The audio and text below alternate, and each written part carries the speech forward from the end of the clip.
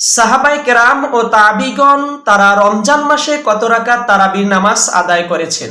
মুসনাদ ইবনুল জাদ হাদিস নাম্বার 2825 এবং সুনানুল কুবরা ইমাম বাইহাকি রাহিমাহুল্লাহ এর দ্বিতীয় খণ্ডে 496 পৃষ্ঠার 4393 নম্বর হাদিসের ভিতরে এসেছে, কানু ইয়াকুমুনা আলা আহদি উমর ইবনুল খাত্তাব রাদিয়াল্লাহু তাআলা আনহু ফি শাহরি রমাদান বি20 রাকাতান। তারা সাহাবা ও তাবিগণ হযরত ওমর রাদিয়াল্লাহু তাআলা আনহুর যুগে রমজান মাসে দাঁড়িয়ে 20 রাকাত তারাবির নামাজ আদায় করেছিলেন। এই হাদিসখানার ভিতরে 4 জন রাবি রয়েছে। প্রথম নাম্বার হচ্ছে সায়েব ইবনে ইয়াজিদ, তিনি একজন সাহাবী। দ্বিতীয় নাম্বার রাবি হচ্ছে ইয়াজিদ ইবনে খুজাইফা, তিনি বুখারীর রাবি। বুখারী শরীফে তার হাদিস এসেছে 444 নম্বর হাদিস, 470 নম্বর হাদিস, 1072 নম্বর হাদিস, 3325 নম্বর হাদিস, 6779 নম্বর হাদিস। ইয়াজিদ ইবনে খুজাইফা তিনি বুখারীর রাবি। তৃতীয় নাম্বার রাবি হচ্ছে ইবনু আবু জিব, তার বুখারীতে হাদিস এসেছে 636 নম্বর এবং 6016 নম্বর।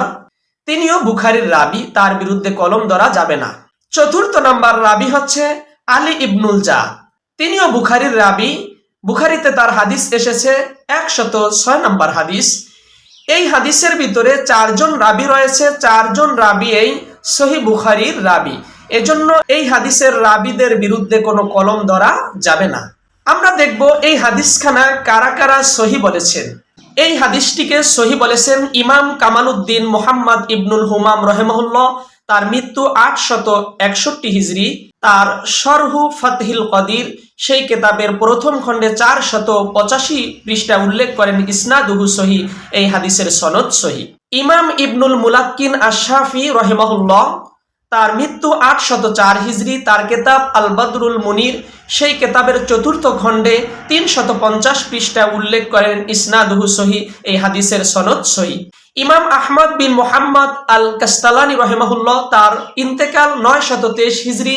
তার কিতাব আল মাওয়াহিবুল লাদুন্নিয়া সেই কিতাবের তৃতীয় খণ্ডে 370 পৃষ্ঠা উল্লেখ করেন ইসনাদুহু সহি, এই হাদিসের সনদ সহি।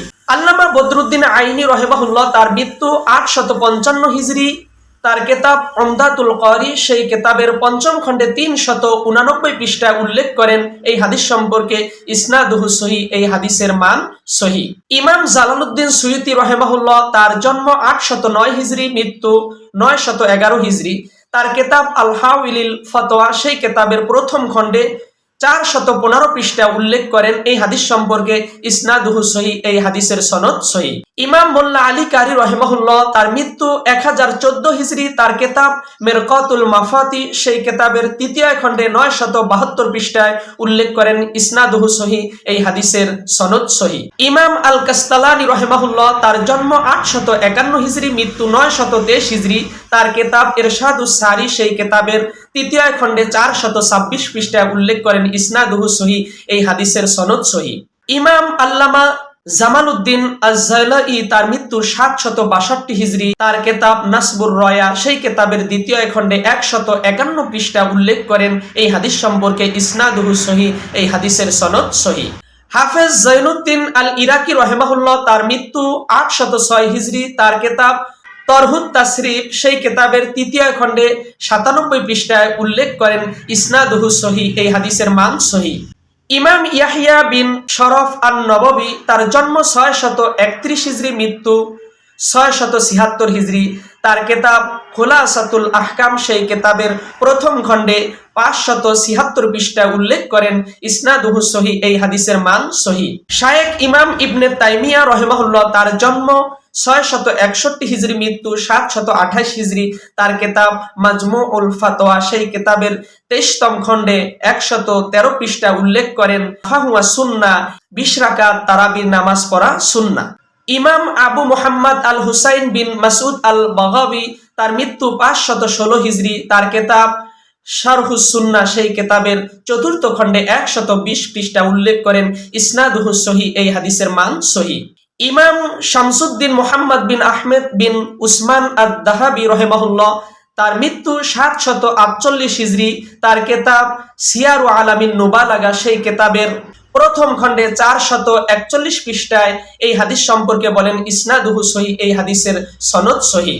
ইমাম নববী রাহিমাহুল্লাহ তার কেতাব আল মাজমু সেই কেতাবের চতুর্থ খণ্ডে 32 পৃষ্ঠায় উল্লেখ করেন ইসনাদুহু সহিহ, এই হাদিসের মান সহিহ। ইমাম নিমাবী রাহিমাহুল্লাহ তার কেতাব আসারুস সুনান সেই কেতাবের 245 পৃষ্ঠায় এই হাদিস সম্পর্কে বলেন ইসনাদুহু সহিহ, এই হাদিসের সনদ সহিহ। আল্লামা মুবারাকপুরী রাহিমাহুল্লাহ তার কেতাব মেরকাত সেই কেতাবের চতুর্থ খণ্ডে 333 পৃষ্ঠায় উল্লেখ করেন এই হাদিস সম্পর্কে ইসনাদুহু সহিহ, এই হাদিসের মান সহিহ, এই হাদিসের সনদ সহিহ। সমস্ত ইমামগণ এই হাদিস সম্পর্কে তারা বলেছেন ইসনাদুহু সহিহ, এই হাদিসের মান সহিহ। এবং এই হাদিসের ভিতরে 4 জন রাবী রয়েছে, 4 জন রাবী এই সহিহ বুখারীর রাবী। এই রাবীদের সম্পর্কে সমালোচনা করা যাবে না। আশা করি আমরা এই একটি হাদিস থেকে বুঝতে পেরেছি যারা আহলুল হাদিস, লামাজাবি, সালাফি, তাদেরকে ওপেন চ্যালেঞ্জ দিলাম যে কিয়ামত পর্যন্ত এই হাদিসকে কখনো জয়ীফ, মুনকার, দুর্বল বলতে পারবে না।